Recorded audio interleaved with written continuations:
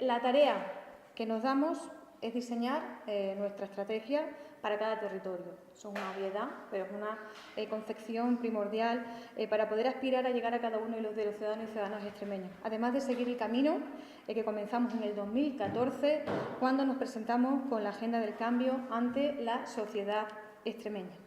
Mirad, se abre un tiempo apasionante para el Partido Socialista, para el PSOE de Extremadura. Yo creo que, en términos generales, en la política y excepcionalmente como organización, se abre un tiempo apasionante. Y este foro es el pistoletazo de salida para ese tiempo que vamos a vivir desde nuestra organización.